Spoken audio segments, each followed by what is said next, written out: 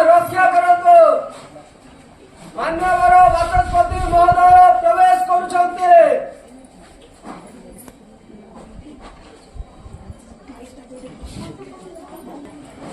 नमस्कार। गणतंत्र हेउछि एक व्यवस्था नुहे, एहा एक जीवन शैली जेउठी प्रश्न पचारिबार अधिकार अछि एवं समाधान देबार कर्तव्य मध्य रहिछि। सम्माननीय अतिथि वृंद, गुरुजन एवं मोर सहपाठीगण, आज एही मंच परिवर्तित हेबाकु जाउछि भारतीय गणतंत्रर सर्वोच्च मंदिर संसद रे। आज आपण माने देखिबे नाही कौनसी साधारण छात्रंकु, बरं देखिबे देशर भविष्यत निर्माता दायित्ववान जनप्रतिनिधि माननकु। प्रश्न हेबो, जुक्ति हेबो, आउ शेषरे जितिबो आम संविधान। तेबे आसंतु आरंभ करिबा आजिर एही विशेष प्रस्तुति संसदीय संकल्प।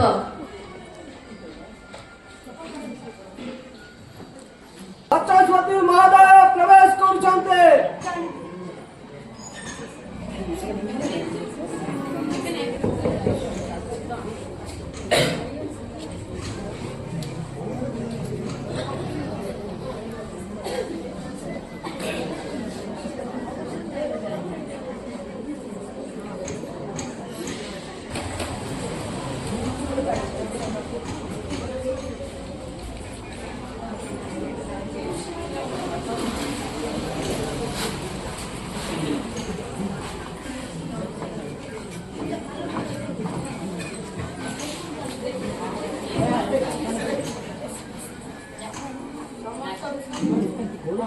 स्थान अलंकृत करंतु।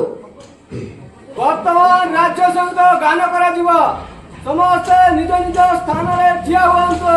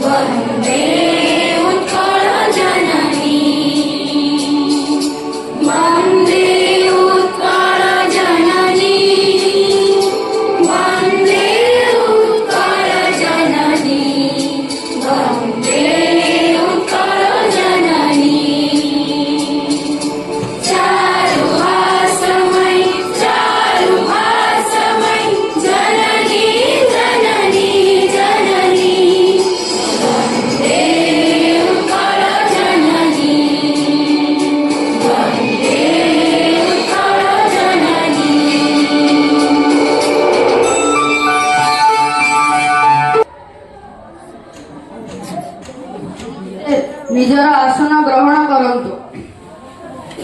आरंभ करा जाऊ। आजिर प्रथम प्रसंग विद्यालय सुरक्षा एवं श्रृंखला बिल। वर्तमान मो विरोधी दल नेता श्रीमती सुनैना साहू को अनुरोध करी से निजर प्रश्न गृह मध्य रखिबे। बाचस्पति महोदय, बिल पास करबा पूर्व सरकार को जवाब देबाकू पड़िबो। गत 3 मास हैला विद्यालय सुरक्षा व्यवस्था भुसुड़ी पड़ी, पाचेरी भी भांगी, बाहर लोक अनुष्ठान भीतर को पशुचंती। आपण को श्रृंखला व्यवस्था केवल कागज कलम भीतर सीमित कि? ऑर्डर दयाकरी शांति श्रृंखला। माननीय बाचस्पति महोदय, विरोध बंधु बधवे तथ्य देखि नाहंती। आमे प्रति गणरे सीसीटीवी कैमेरा लगाइबा पई बजेट पास करि सारिछु। सुरक्षा कर्मी का संख्या मध्य 2 गुणित करा जाइछि।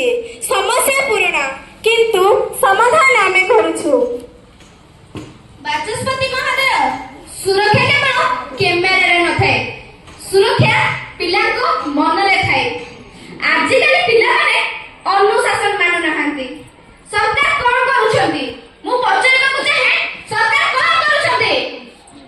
माननीय विरोधी दल सभ्य, अनुशासन केवल दंडरे आसे नहीं। आमे विद्यालय जोग एवं नैतिक शिक्षा को बाध्यतामूलक करूछु। आमे एपरि एक पीढ़ी गढ़िबा पई चाहूछु जे कैमेरा भୟରେ नुहे, जे निजर विवेक भୟରେ शृंखलित रहइबो। ବର୍ତ୍ତମାନ ମୁଁ ମାନ୍ୟବର ମୁଖ୍ୟମନ୍ତ୍ରୀଙ୍କୁ ଅନୁରୋଧ କରୁଛି ସେ ନିଜର ବକ୍ତବ୍ୟ ରଖନ୍ତୁ। ମାନ୍ୟବର ବାଚସ୍ପତି ମହାଶୟ, ଗଣତନ୍ତ୍ରରେ ବାଦ ବିବାଦ ରହିବା ସ୍ୱାଭାବିକ, କିନ୍ତୁ ମନେ ରଖିବାକୁ ହେବ ଯେ ଆମେ ଏଠାକୁ କେବଳ ଜିତିବା ପାଇଁ ଆସିନାହୁଁ, ଆମେ ଏହି ଅନୁଷ୍ଠାନର ଭବିଷ୍ୟତ ଗଢ଼ିବାକୁ ଆସିଛୁ। ମୋର ବିରୋଧ ବନ୍ଧୁମାନେ ଯେଉଁ ପ୍ରଶ୍ନ ଉଠାଇଲେ ତାହା ଆମକୁ ଅଧିକ ସତର୍କ କରୁଛି। ମୁଁ ପ୍ରତିଶ୍ରୁତି ଦେଉଛି ଏହି ବିଲ୍ ପାସ୍ ହେବାର 30 ଦିନ ମଧ୍ୟରେ ଆମେ ଏକ ସୁରକ୍ଷିତ ଏବଂ ଆଦର୍ଶ ଶିକ୍ଷାନୁଷ୍ଠାନର ପ୍ରତିଛବି ଦେଖିବାକୁ ପାଇବା। ବର୍ତ୍ତମାନ ବିଦ୍ୟାଳୟର ସୁରକ୍ଷା ବିଲ୍ ଉପରେ ମତଦାନ କରାଯିବ।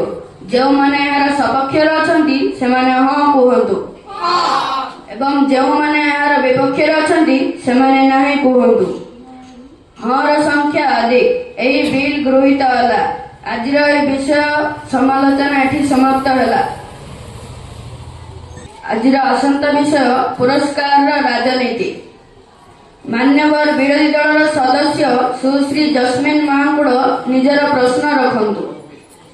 ଧନ୍ୟବାଦ ମାନ୍ୟବର ବାଚସ୍ପତି ମହୋଦୟ। ମୁଁ ଶିକ୍ଷାମନ୍ତ୍ରୀଙ୍କୁ ପଚାରିବାକୁ ଚାହୁଁଛି ଯେ ଗତକାଲି ଘୋଷିତ ହୋଇଥିବା ଶ୍ରେଷ୍ଠ ବିଦ୍ୟାଳୟ ପୁରସ୍କାର ପାଇଁ ମନୋନୟନ ପ୍ରକ୍ରିୟାର ମାନଦଣ୍ଡ କଣ ଥିଲା?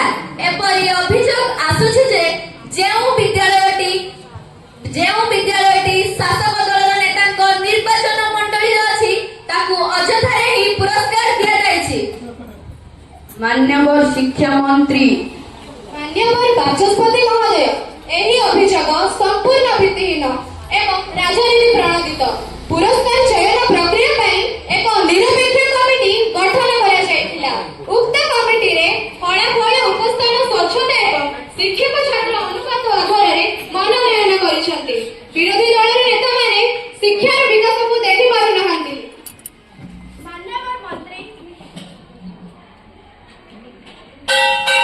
ମାନ୍ୟବର ମନ୍ତ୍ରୀ ମିଛ କହୁଛନ୍ତି। ଯେଉଁ ସ୍କୁଲକୁ ଆପଣ ପୁରସ୍କାର ଦେଇଛନ୍ତି ସେହି ସ୍କୁଲ ପରିସରରେ ଗତ ମାସ ଶିକ୍ଷକ ପଦବୀ ଖାଲି ପଡ଼ିଥିଲା। ଆଉ ପୁରସ୍କାର ପାଇଥିବା ସ୍କୁଲର ମୁଖ୍ୟ ଶିକ୍ଷକ ହେଉଛନ୍ତି ମନ୍ତ୍ରୀଙ୍କ ସମ୍ପର୍କୀୟ। ଏହା ଗୋଟେ ସ୍ୱଚ୍ଛ ପୁରସ୍କାର ନୁହେଁ, ଏହା ହେଉଛି ଭାଇ ଭଗାରୀ ପୁରସ୍କାର। ଶିକ୍ଷାକୁ ରାଜନୀତିକରଣ କରାଯାଉଛି। ଦୟାକରି ଶାନ୍ତ ହୁଅ। ମୁଁ ଏହି ଅଭିଯୋଗକୁ ଦୃଢ ଭାବରେ ପ୍ରତ୍ୟାହାର କରିବାକୁ ଦାବି କରୁଛି। ରାଜନୀତି କରନ୍ତୁ କିନ୍ତୁ ଶିକ୍ଷା କ୍ଷେତ୍ରକୁ ମଇଳା କରନ୍ତୁ ନାହିଁ।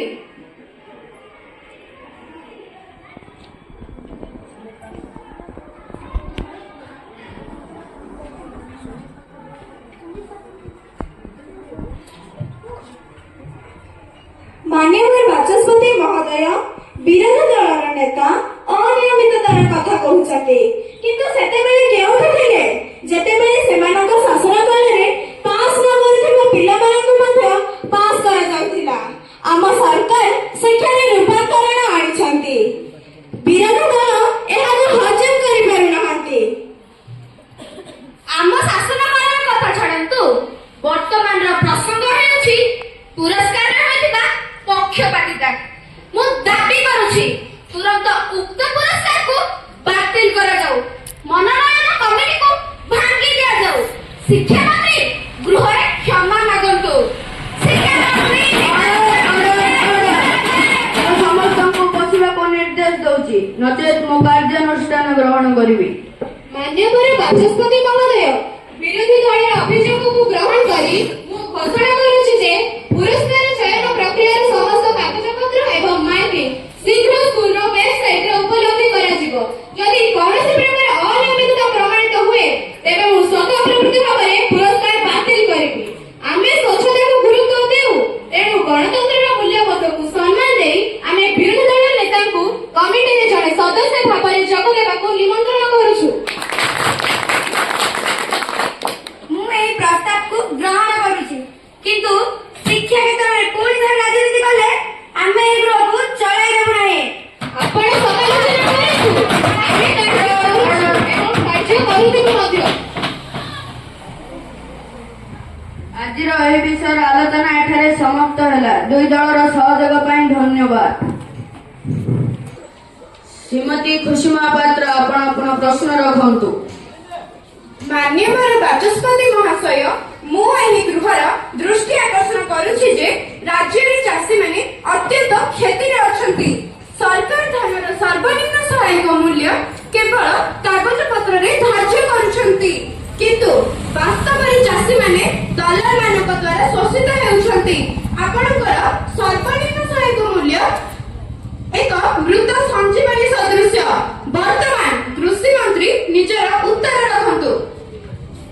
ମାନ୍ୟବର କୃଷି ମନ୍ତ୍ରୀ, ମାନ୍ୟବର ବାଚସ୍ପତି ମହାଶୟ, ବିରୋଧୀ ଦଳର ସଦସ୍ୟ କେବଳ ରାଜନୀତି କରୁଛନ୍ତି। ଆମ ସରକାର MSP ନିଶ୍ଚିତ କରିବା ପାଇଁ ବହୁ କେନ୍ଦ୍ର ଖୋଲିଛନ୍ତି ଏବଂ ଡିଜିଟାଲ ମଣ୍ଡି ବ୍ୟବସ୍ଥାକୁ ବହୁତ ସୁଦୃଢ କରିଛନ୍ତି। ଆମେ ଗତ 3 ବର୍ଷରେ 5 ଲକ୍ଷରୁ ଅଧିକ ଚାଷୀଙ୍କ ଠାରୁ ସିଧାସଳଖ ଧାନ କ୍ରୟ କରିଛୁ। ଯେଉଁମାନେ 15 ବର୍ଷ ଧରି କ୍ଷମତାରେ ଥିଲେ ସେମାନେ ଆଜି ଆମକୁ ଶିକ୍ଷା ଦେବେ। ଅବିଶ୍ୱାସ, ଏହା କେବଳ ମିଥ୍ୟା ତଥ୍ୟ। ଯଦି ଆପଣଙ୍କର ବ୍ୟବସ୍ଥା ଏତେ ମଜବୁତ, ତେବେ ଗତ ସପ୍ତାହରେ ବରଗଡ଼ ଜିଲ୍ଲାର ଜଣେ ଚାଷୀ ଆତ୍ମହତ୍ୟା କାହିଁକି କଲେ? ତାଙ୍କର ଧାନ ବିକ୍ରି ହୋଇପାରିଲା ନାହିଁ। ଚାଷୀଙ୍କ ଆତ୍ମହତ୍ୟା ଏହି ସରକାରଙ୍କର ବିଫଳତାର ଜ୍ୱଳନ୍ତ ପ୍ରମାଣ। ମାନ୍ୟବର ବାଚସ୍ପତି ମହାଶୟ, ଗଣତନ୍ତ୍ର ଏବଂ ରାଜନୀତି ଏବଂ ସମ୍ବେଦନଶୀଳତା ମଧ୍ୟରେ ଥିବା ପାର୍ଥକ୍ୟକୁ ବିରୋଧୀ ଦଳ ବୁଝିବା ଉଚିତ। ଗୋଟିଏ ଦୁର୍ଭାଗ୍ୟଜନକ ଘଟଣାକୁ ନେଇ ସମଗ୍ର ସରକାରଙ୍କୁ ଦୋଷ ଦେବାଟା ଉଚିତ ନୁହେଁ। ଆମେ ସବୁ ଚାଷ ପରିବାରକୁ ସହାୟତା ରାଶି ଯୋଗାଇ ଦେଇଛୁ। ଆମ ସରକାର ଋଣ ଛାଡ଼ ପାଇଁ ଏକ ବଡ଼ ଯୋଜନା ଆରମ୍ଭ କରିଛନ୍ତି, ଯାହାକି ପୂର୍ବ ସରକାର କରିନଥିଲେ। ଆମର ନୀତି କେବଳ ଭାଷଣ ନୁହେଁ, କାର୍ଯ୍ୟକାରିତା। ମାନ୍ୟବର ମୁଖ୍ୟମନ୍ତ୍ରୀ ମହାଶୟ, ଆପଣ ଋଣ ଛାଡ଼ କଥା କହୁଛନ୍ତି, ସେଇ ଯୋଜନା କେଉଁଠି? ଗରିବ ଚାଷୀ ବ୍ୟାଙ୍କରେ ଠିଆ ହୋଇ ନିରାଶ ହେଉଛି। ଆପଣଙ୍କ ଋଣ ଛାଡ଼ ଯୋଜନା ହେଉଛି ବିଜ୍ଞାପନ ଛାଡ଼। ମୁଁ ଦାବି କରୁଛି, ତୁରନ୍ତ ପ୍ରତ୍ୟେକ କ୍ଷତିଗ୍ରସ୍ତ ଚାଷୀଙ୍କୁ 1 ଲକ୍ଷ ଟଙ୍କା ପର୍ଯ୍ୟନ୍ତ ଋଣ ଛାଡ଼ କରାଯାଉ, ନଚେତ୍ ଆମେ ଗୃହରେ ପ୍ରତିବାଦ କରିବୁ। ଶାନ୍ତ ହୁଅନ୍ତୁ। ଏହା ବିଧାନସଭା। ଶ୍ରୀ ଶିବପ୍ରସାଦ ବେହେରା, ଆପଣ ଆପଣଙ୍କ ପ୍ରଶ୍ନ ଗୃହ ମଧ୍ୟରେ ରଖନ୍ତୁ। ମାନ୍ୟବର ବାଚସ୍ପତି ମହାଶୟ, ଚାଷୀଙ୍କ କଥା ବିରୋଧୀ ଦଳକୁ କେବଳ ନିର୍ବାଚନ ଆସିଲେ ମନେ ପଡେ, କିନ୍ତୁ ଆମ ମୁଖ୍ୟମନ୍ତ୍ରୀ ଦିନ ରାତି ଚାଷୀଙ୍କ ପାଇଁ ଚିନ୍ତା କରୁଛନ୍ତି। ମୁଁ ଗର୍ବର ସହ କହୁଛି ଯେ ଏହି ବର୍ଷ ଜଳସେଚନ ପାଇଁ ପୂର୍ବ ଅପେକ୍ଷା 50% ଅଧିକ ଜଳ ବଜେଟ୍ ଦିଆଯାଇଛି। ଶାସକ ଦଳ ବିରୋଧୀ ଦଳ କେବଳ ରାସ୍ତାରେ ଛିଡା ହୋଇ ସ୍ଲୋଗାନ ଦେବା ଛଡା ଆଉ କିଛି କରୁନାହାନ୍ତି। ଏହି ଦଳର ନେତାମାନେ ଗରିବଙ୍କୁ ଲୁଟିବାରେ ମାହିର ଥିଲେ। ମୁଁ ଏହି ଅପମାନକୁ ପ୍ରତ୍ୟାହାର କରିବାକୁ ଦାବି କରୁଛି। ଶାସକ ଦଳ ଗଣତନ୍ତ୍ରକୁ ହତ୍ୟା କରୁଛନ୍ତି। ଦାସ ମହାଶୟ, ଆପଣ ଆପଣ ଶବ୍ଦକୁ ପ୍ରତ୍ୟାହାର କରନ୍ତୁ। ଦୁଇ ଦଳର ନେତାମାନେ ଶାନ୍ତ ରୁହନ୍ତୁ। ମାନ୍ୟବର ବାଚସ୍ପତି ମହାଶୟ, ବିରୋଧୀ ଦଳର ଉତ୍ତେଜନାକୁ ମୁଁ ସମ୍ମାନ ଦେଉଛି, କାରଣ ଏହା ହିଁ ଗଣତନ୍ତ୍ରର ସୌନ୍ଦର୍ଯ୍ୟ। କିନ୍ତୁ ସତ୍ୟ ହେଉଛି ଯେ ଆମେ ଲୋକଙ୍କ କଥା ଶୁଣୁଛୁ। ଆଜି ମୁଁ ଏହି ଗୃହରେ ଘୋଷଣା କରୁଛି ଯେ ରାଜ୍ୟର ସମସ୍ତ କ୍ଷୁଦ୍ର ଓ ନାମମାତ୍ର ଚାଷୀଙ୍କ ପାଇଁ ଏକ ବଡ଼ ସହାୟତା ପ୍ୟାକେଜ ଲାଗୁ କରାଯିବ। ପ୍ରତ୍ୟେକ ପରିବାରକୁ ସିଧାସଳଖ 10,000 ଟଙ୍କା ଋଣ ଛାଡ଼ କରାଯିବ ଏବଂ ଆସନ୍ତା ମାସରେ ଏଥିପାଇଁ ଏକ ସ୍ୱତନ୍ତ୍ର ଅଧିବେଶନ ମଧ୍ୟ ଡକାଯିବ। ମୁଖ୍ୟମନ୍ତ୍ରୀ ମହାଶୟ, ଏହା କେବଳ ଆପଣଙ୍କ ରାଜନୀତି ଚାଲ ନୁହେଁ ତ, ଆମେ ଏହାର କାର୍ଯ୍ୟକାରିତାକୁ ତୀକ୍ଷ୍ଣ ନଜରରେ ରଖିବୁ। ଆମେ ପ୍ରତିଦିନ କାମ କରୁଛୁ, ଆଉ ଆପଣ ପ୍ରତିଦିନ ଆମର ସମାଲୋଚନା କରନ୍ତୁ, କାରଣ ବିରୋଧୀ ଦଳର ତୀକ୍ଷ୍ଣ ନଜର ହିଁ ଶାସକ ଦଳକୁ ସଠିକ ବାଟରେ ଚଲାଇବାରେ ସାହାଯ୍ୟ କରିଥାଏ। ଏହା ହିଁ ତ ଗଣତନ୍ତ୍ର। ଆଜିର ଏହି ବିଷୟର ଆଲୋଚନା ଏଠି ସମାପ୍ତ ହେଲା। ଆସନ୍ତା ବିଷୟ ସ୍ୱାସ୍ଥ୍ୟ ଓ ପୁଷ୍ଟି ଆମ ଜୀବନ।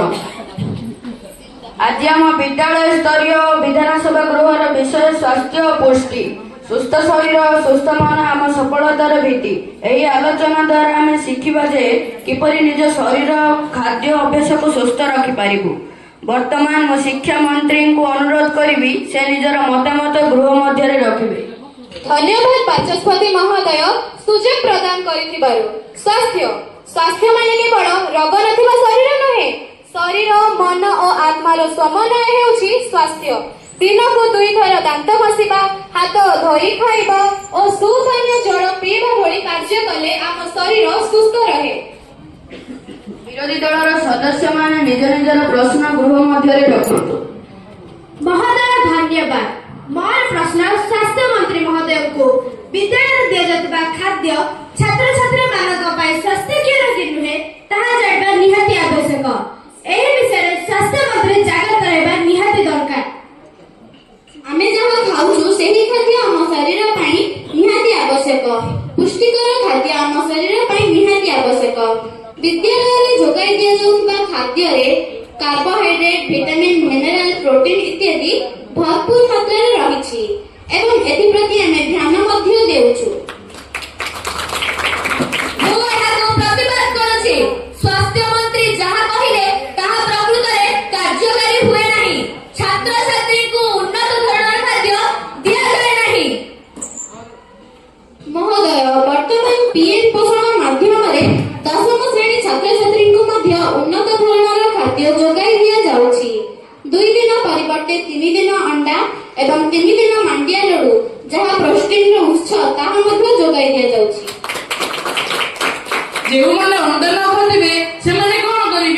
ଅଣ୍ଡା ଖାଉଥିବା ମୁହଁକୁ ଅନେଇ ରହିବେ? ବେଶ, ଆପଣଙ୍କ ପ୍ରଶ୍ନ କେଉଁ ଆଡ଼କୁ ଇଙ୍ଗିତ କରୁଛି ମୁଁ ଠିକ ବୁଝିପାରୁଛି। ଯେଉଁମାନେ ଅଣ୍ଡା ଖାଆନ୍ତି ନାହିଁ ସେମାନଙ୍କୁ ଆମେ ପ୍ରୋଟିନ ଯୁକ୍ତ ଫଳ ଦେବାର ବ୍ୟବସ୍ଥା ମଧ୍ୟ କରିଛୁ। ବର୍ତ୍ତମାନ ମୁଁ ପରିବେଶ ମନ୍ତ୍ରୀଙ୍କୁ ଅନୁରୋଧ କରିବି ସେ ନିଜର ମତାମତ ଗୃହ ମଧ୍ୟରେ ରଖିବେ। ସୁସ୍ଥ ଶରୀର ନିମନ୍ତେ ବିଦ୍ୟାଳୟ ପରିବେଶ ମଧ୍ୟ ସଫା ରହିବା ଆବଶ୍ୟକ। ତେଣୁ ଆମେ ବିଦ୍ୟାଳୟର ପାର୍ଶ୍ୱ ପରିବେଶକୁ ସଫା ଏବଂ ସ୍ୱଚ୍ଛ ରଖିବା ନିମନ୍ତେ ବ୍ୟବସ୍ଥା କରିଛୁ। ବିଦ୍ୟାଳୟର ଶୌଚାଳୟ ଏବଂ ଜଳ ନିଷ୍କାସନ ବ୍ୟବସ୍ଥା ପ୍ରତି ଧ୍ୟାନ ଦିଆଯାଉ ନାହିଁ। ବିରୋଧୀ ଦଳଙ୍କ ନେତା ମନ୍ତବ୍ୟରେ ପରିବେଶ ମନ୍ତ୍ରୀ ନିଜ ନିଜର ମତାମତ ରଖନ୍ତୁ। ମହୋଦୟ, ବିରୋଧୀ ଦଳ ଏହା ଜାଣିବା ଆବଶ୍ୟକ ଯେ ବର୍ତ୍ତମାନ ବିଦ୍ୟାଳୟର ରୂପାନ୍ତରୀକରଣ କରାଯାଇ ଉଚ୍ଚମାନର ଶୌଚାଳୟ ଏବଂ ଜଳ ନିଷ୍କାସନ ବ୍ୟବସ୍ଥା ରହିଛି। ହଁ, ଆଜି ଆମ ଦେଶର ଅନେକ ଶିଶୁ ଅପପୁଷ୍ଟିରେ ପୀଡ଼ିତ। ଏହାର କାରଣ ହେଉଛି ଅଭ୍ୟାସ, ଅସୁସ୍ଥ ଖାଦ୍ୟ ଅଭ୍ୟାସ ଓ ଜଙ୍କ ଫୁଡ୍ ଇତ୍ୟାଦି।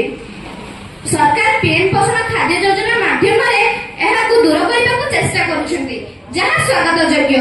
କିନ୍ତୁ ଆମେ ନିଜ ଜୀବନରେ ଭଲ ଅଭ୍ୟାସ କରିଲେ ଯାତ୍ରା ସଫଳ ହେବ। ଧନ୍ୟବାଦ।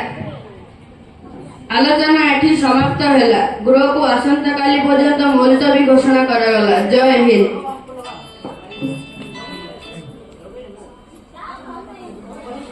ବର୍ତ୍ତମାନ ରାଷ୍ଟ୍ରୀୟ ସଙ୍ଗୀତ ଗାନ କରାଯିବ। ସମସ୍ତେ ନିଜ ନିଜ ସ୍ଥାନରେ ଠିଆ ହୁଅନ୍ତୁ।